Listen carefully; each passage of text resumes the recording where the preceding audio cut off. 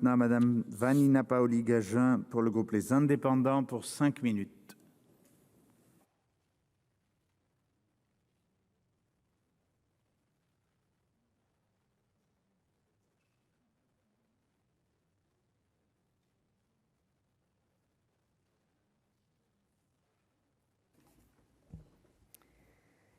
Monsieur le Président, Madame la Ministre, mes chers collègues, le 22 février 1942, il y a 80 ans, jour pour jour, Stefan Zweig mettait fin à ses jours à Petropolis au Brésil. L'auteur du Monde d'hier, qui a grandi dans le rêve d'une Europe pacifique, ne supportait plus le spectacle atroce d'un monde en guerre. Quelques années plus tard, après toutes ces horreurs, le grand projet européen prenait vie. Zweig aurait sans doute adhéré à cette grande entreprise de paix, de tolérance et de prospérité. 80 ans plus tard, après 2 ans de crise sanitaire, nous savons que le virus a profondément bouleversé le cours de l'histoire, mais nous ignorons encore précisément en quoi le monde d'hier tranchera avec le monde de demain.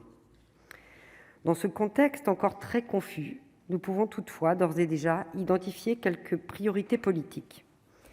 Au moins 2 me paraissent essentielles. La première, c'est l'urgence pour l'Europe, et plus encore pour la France, de recouvrer sa souveraineté sanitaire en se réindustrialisant. Nous avons pris conscience, au début de l'épidémie, de la situation de dépendance dans laquelle notre pays se trouvait. Cette situation n'était pas nouvelle, loin de là. Elle s'était installée progressivement, à mesure que trop d'élites, trop de grands patrons ont fait leur la théorie mortifère de la France sans usine, confortée par des gouvernements qui ont priorisé le tout col blanc et le bac pour tous. Peu à peu, les usines fermaient, nombre de nos ingénieurs et de nos chercheurs quittaient le pays. Cette croyance en notre supériorité, ce refus de regarder la situation avec lucidité, laisse pantois. La prise de conscience, au printemps 2020, n'en fut que plus brutale. Peu à peu, nous avions abandonné des pans entiers de notre appareil productif. Nous réalisions qu'avec ce démantèlement, nous ne pouvions plus produire ni masques, ni médicaments, surtout au pays de Pasteur. Notre incapacité à développer un vaccin contre la Covid nous a fait acter une forme de déclassement scientifique et industriel. La seconde priorité découle directement de la première. C'est la nécessité pour la France de revenir à la pointe de l'innovation en santé. En la matière, il s'agit à mon sens moins de miser sur la recherche fondamentale que de renforcer notre capacité à convertir nos savoirs fondamentaux en solutions industrielles. La tâche est immense, nous devons nous y atteler au plus vite pour espérer des résultats à moyen terme. C'est pourquoi je me réjouis que le Sénat s'empare de ce sujet. Bien sûr, il n'est pas possible d'en traiter tous les aspects dans le cadre d'une seule proposition de loi dont je salue les auteurs.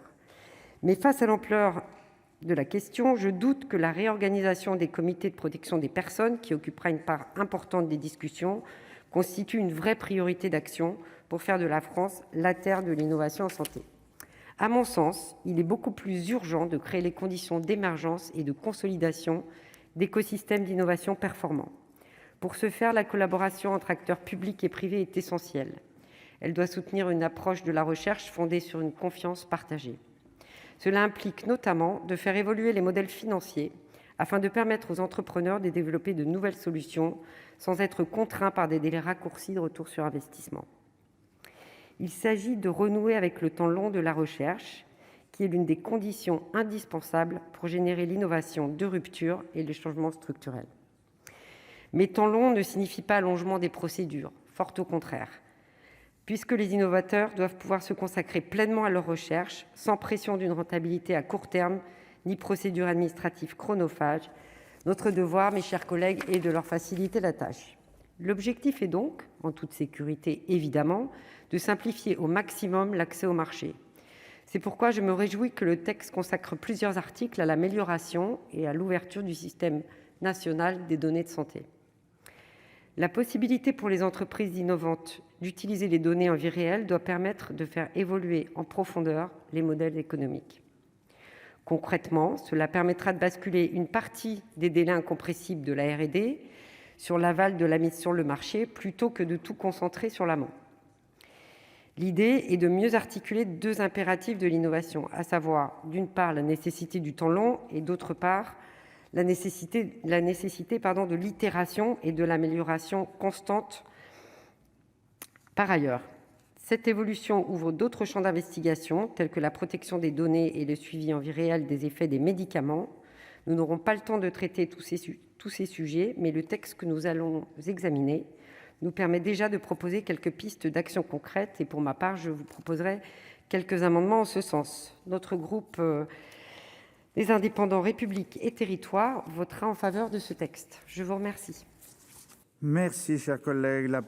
La parole est maintenant à Madame